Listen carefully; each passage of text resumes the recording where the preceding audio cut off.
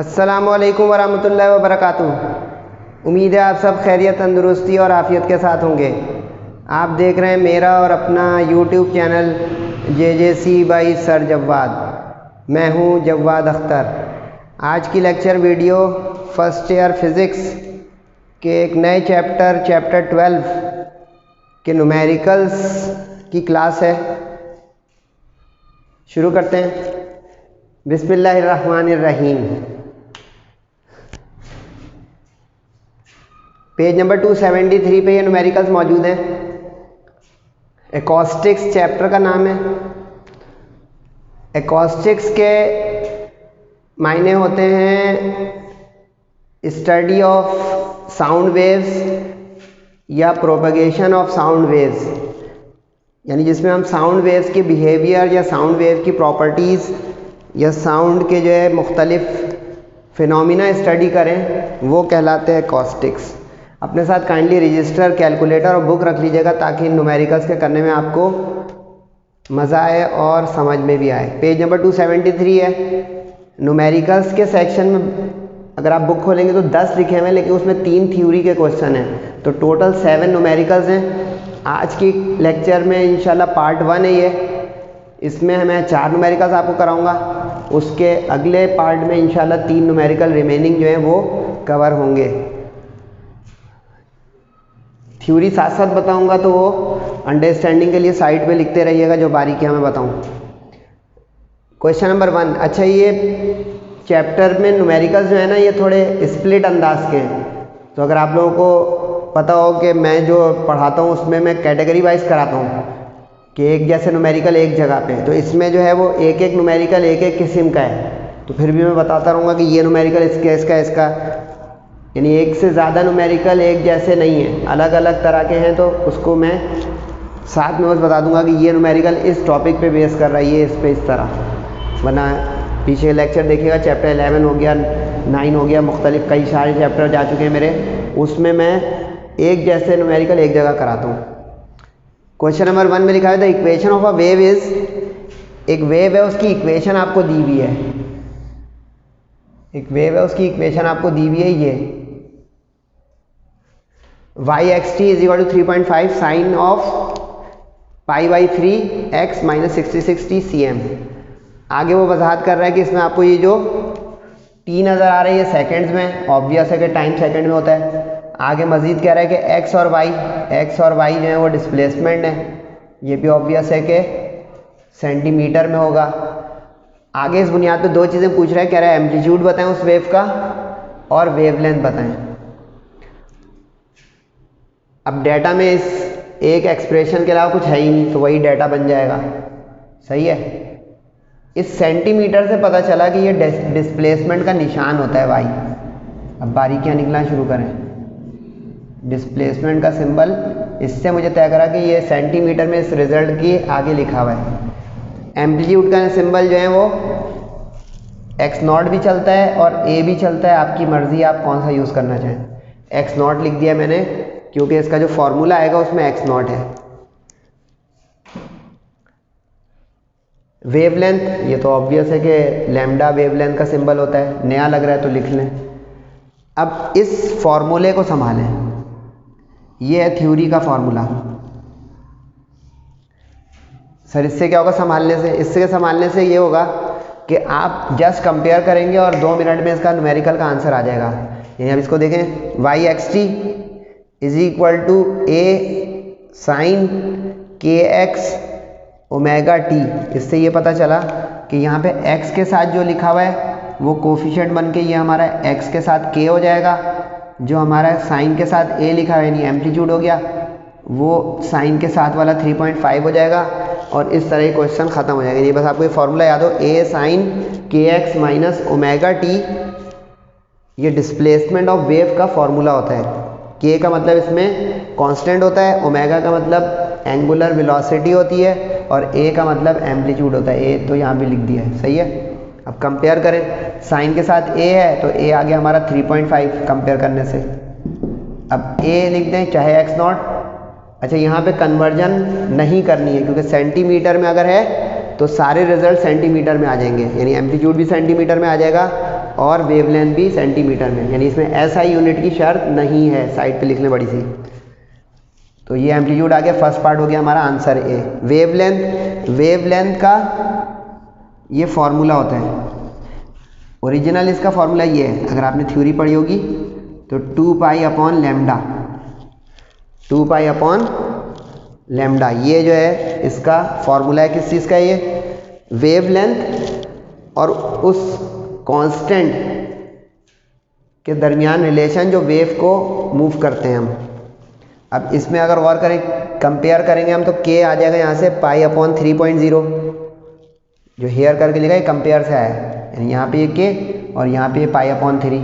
अब put and gate हो गया, k की जगह वैल्यू रखें पाई अपॉन 3 की, रेसिप्रोकल हो जाएगा 3.0, पाई से पाई कट जाएगा, 3 2 जा 6 आ जाएगा, जो कि वेवलेंथ हो जाएगी वेव की। तो फॉर्मूले लिखते जाएं। तो ये न्यूमेरिकल आपका सिर्फ देखें तो ये वार्म अप है, इंपॉर्टेंट इतना नहीं है, वार्म अप है कि आपको फॉर्मूला पता हो ये वाला डिस्प्लेसमेंट का, तो just compare and get the answer. अब आगे के तीनों न्यूमेरिकल बड़े कीमती हैं, क्योंकि तीनों न्यूमेरिकल आपके सेक्शन बी में आ सकते हैं और बड़े ट्रिकी हैं, अच्छे से हैं, गौर से समझने की कोशिश कीजिएगा। Question number 4। अच्छा, इस क्वेश्चन नंबर 4 का आपको नाम बता दूं, इसका तो जो है डिस्प्लेसमेंट ऑफ वेव है, अगर इसका नाम रखना चाहें आप, डिस्प्लेसमेंट ऑफ वेव, यानी कैटेगरी 1 अगर बोल देंगे, कैटेगरी 1 का न्यूमेरिकल एक ही है, ऐसे मैं कैटेगरी नंबर नहीं बोल रहा हूँ। ये जो है, ये जो फॉर्मूला आ रहा है या न्यूमेरिकल आ रहा है, ये स्पीड ऑफ साउंड वेव का है, स्पीड ऑफ साउंड। न्यूटन ने एक फार्मूला दिया था, ये न्यूटन का फार्मूला है, इसको Newton formula of speed of sound कहते हैं, Newton formula of speed of sound. An increase in pressure, सवाल में लिखा हुआ है, क्वेश्चन नंबर 4 है। अच्छा, आप लोग सोचोगे 2 3 कहाँ चला गया? 2 3 थ्योरी है, 1 के बाद 2 3 थ्योरी है, स्किप कोई नहीं हुआ है न्यूमेरिकल। प्रेशर में इंक्रीज दे रहा है वो 100 किलो पास्कल, के का मतलब किलो और पा का मतलब पास्कल, पास्कल हो गया।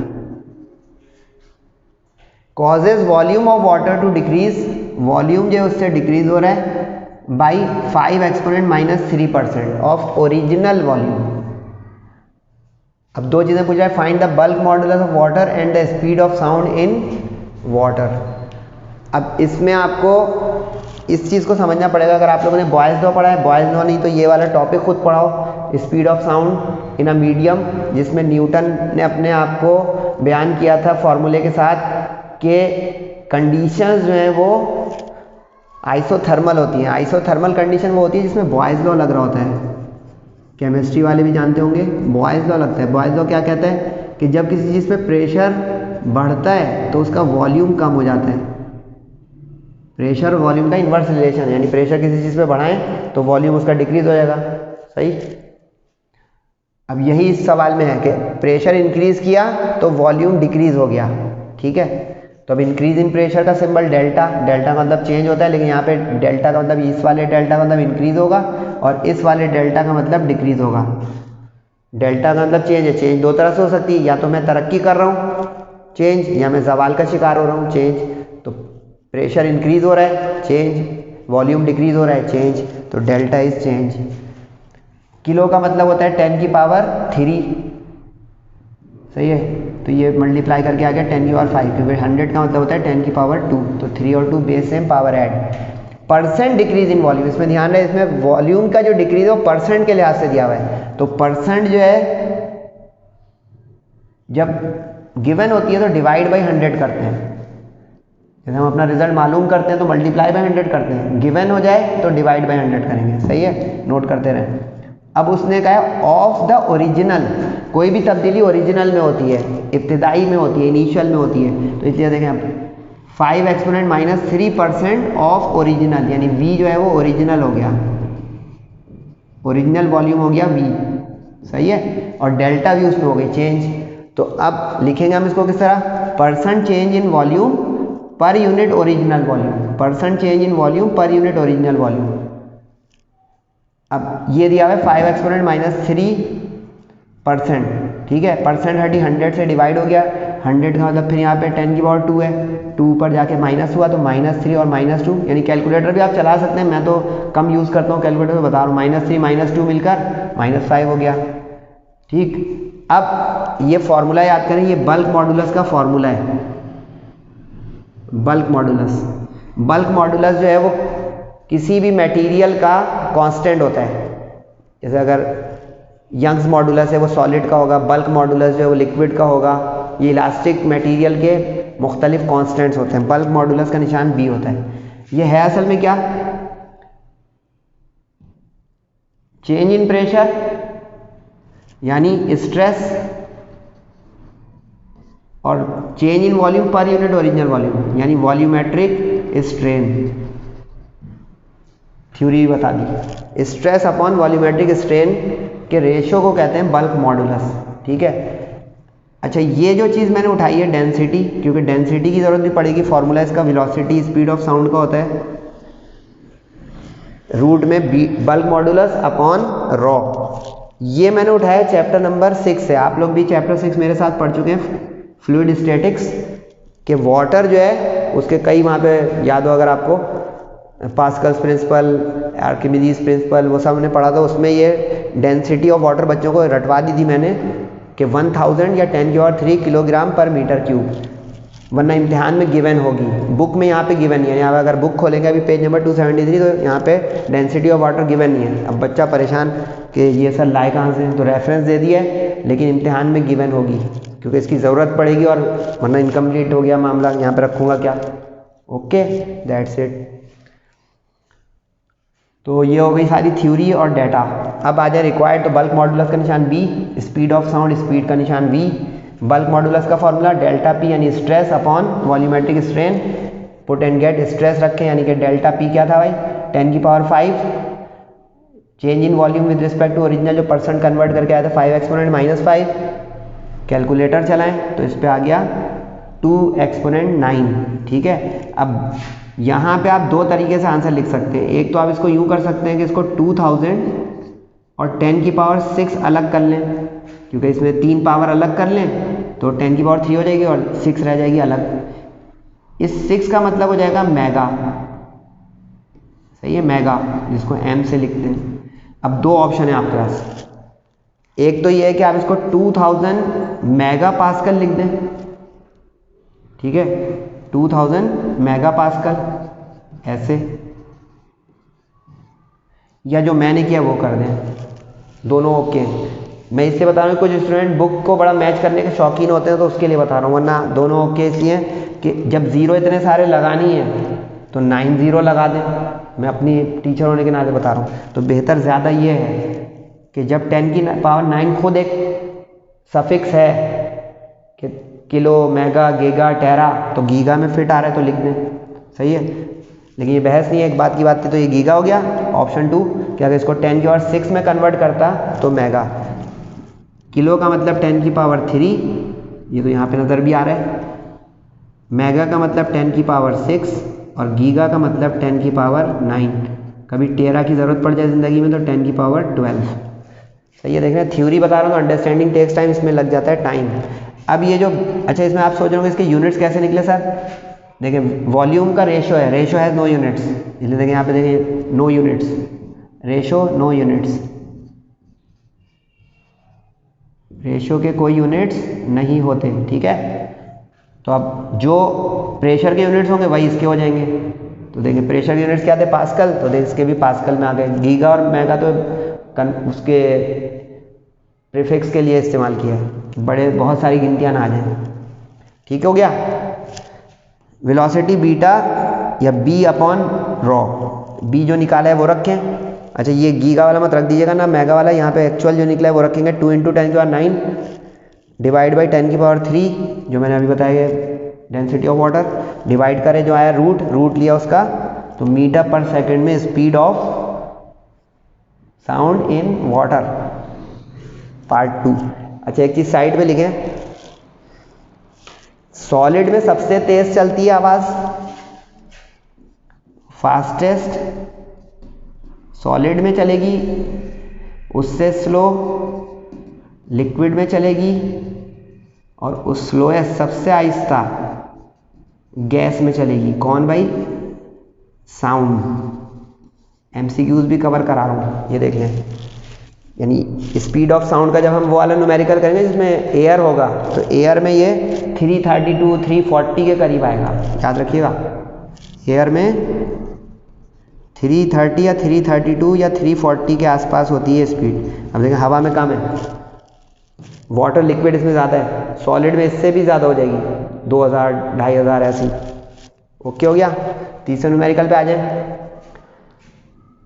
अच्छा, ये जो है ये स्टैंडिंग वेव्स है। इसका क्वेश्चन नंबर 5 का अगर नाम लिखेंगे तो स्टैंडिंग वेव्स, जिसको स्टेशनरी वेव्स भी कुछ लोग कहते हैं, जो स्ट्रिंग्स में होती है। स्ट्रिंग, इसका एक प्रैक्टिकल भी अगर आप लोग कॉलेज जाते हो उसमें होता है कि स्ट्रिंग होती है, उसके एक एंड पे जो है वेट हैंग कर देते हैं, वो स्ट्रेच होती है, उसके अंदर जो है वाइब्रेशन से उसकी फंडामेंटल फ्रीक्वेंसी या वेलोसिटी या वेवलेंथ मालूम करने का काम होता है। चेक कीजिएगा जाके, ये उसका न्यूमेरिकल है। सही है। A uniform string of length, एक स्ट्रिंग है, यूनिफॉर्म का मतलब है कि वो कहीं से पतली कहीं से मोटी ना हो, एक जैसी हो। तार होता है आमतौर पे, वायर होता है, जिसकी लेंथ है यूनिफॉर्म 10 मीटर और वेट है 0.25 न्यूटन। इसको अटैच कर देते हैं ऊपर से, और कहीं से लटकाना ही पड़ेगा वरना मोहल्लक कैसे रहेगी, क्योंकि लटकाएंगे तो स्ट्रेच होगा, उसमें वेट लगने। 1 किलो न्यूटन का वेट हैंग कर देते हैं उसके लोअर एंड पर। Lower and is suddenly displace, और उसके नीचे वाले हिस्से को अचानक से यूँ खींच के छोड़ देते हैं, वाइब्रेशन आने लगी, यानी वेव पैदा होने लगेंगी। तो कह रहे हैं how long does it take the wave to travel to the upper end, यानी नीचे से ऊपर तक जाने में, यानी अगर ये वो स्ट्रिंग थी तो उसमें जो लहर बनी, तो यहाँ से लोअर एंड से लेकर अपर एंड तक जाने में उसको कितना टाइम लगा, हाउ लॉन्ग, ये सवाल है। सही है। अब पहले तो ये समझेंगे भाई ये स्टैंडिंग वेव या स्टेशनरी वेव का होता है फॉर्मूला। स्टैंडिंग या स्टेशनरी वेव का, बच्चा खिचड़ी नहीं पकाइएगा काइंडली। ये है साउंड वेव्स का किसी मीडियम में, ठीक, और ये है स्टैंडिंग वेव्स का स्ट्रिंग में।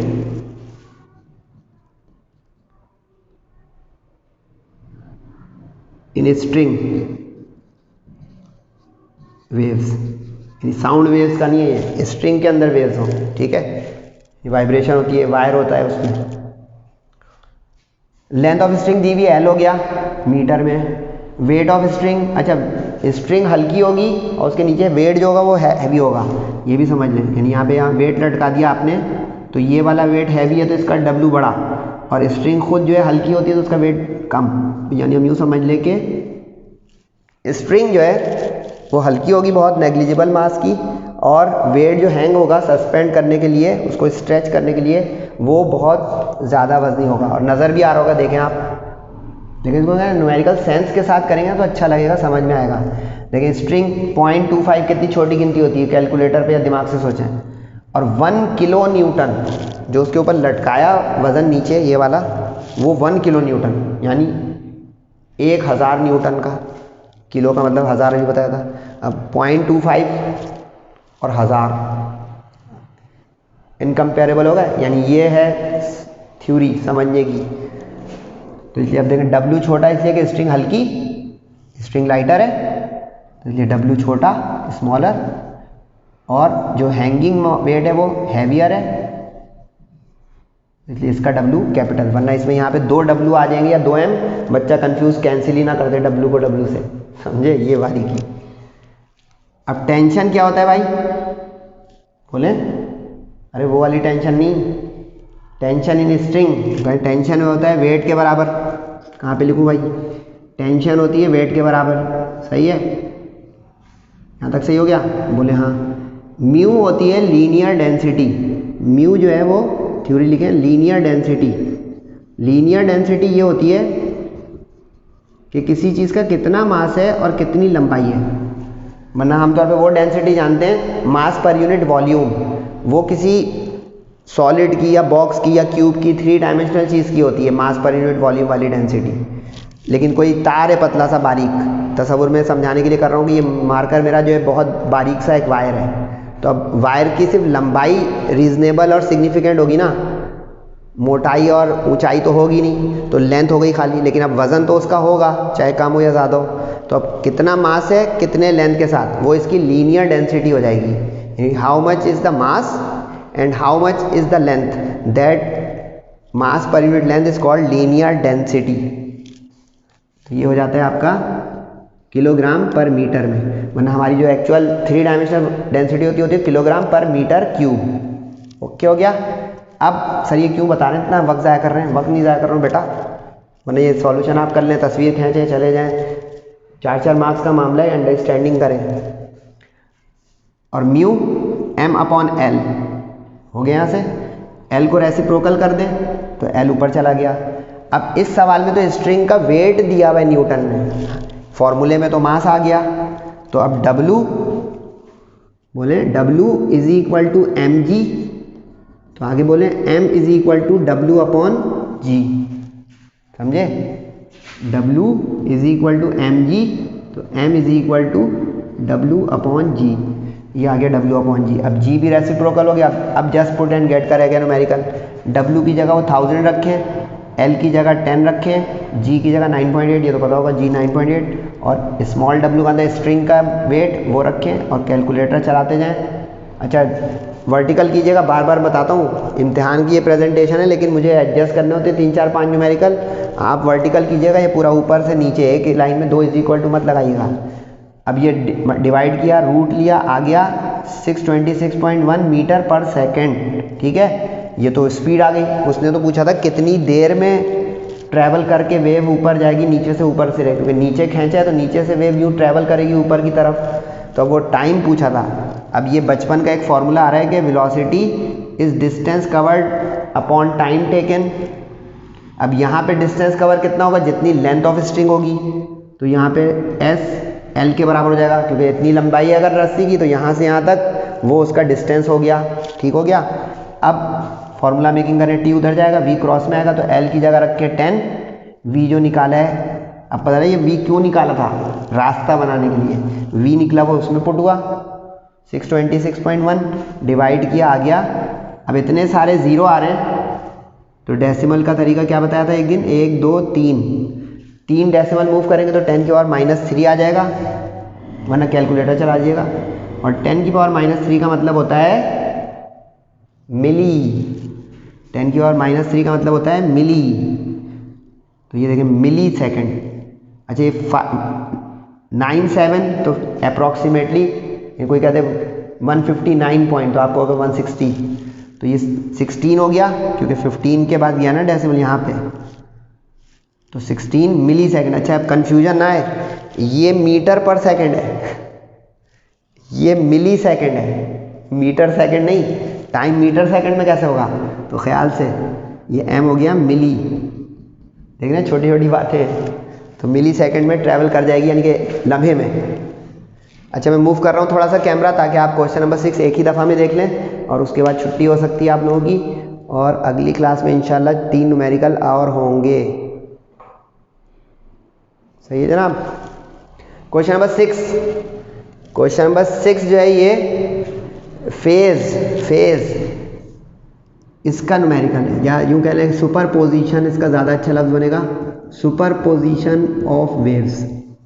सुपर पोजिशन क्या होती है भाई, जिसमें 2 वेव्स मिलकर एक नई वेव बनाए, यानी 2 कंपोनेंट वेव आए और एक बड़ी वेव बन जाए, यानी यूँ समझ लें कि ये एक वेव आई, फिर एक और वेव आई, और एक बड़ी वेव आ गई, यानी इन दोनों का मिलाप होकर एक तीसरी वेव बन जाए। लेकिन मैंने बहुत ही रफ बना दिया है, ऐसा नहीं होता है, ऐसा नहीं होता है जो मैंने किया है, ये होता है ऐसा।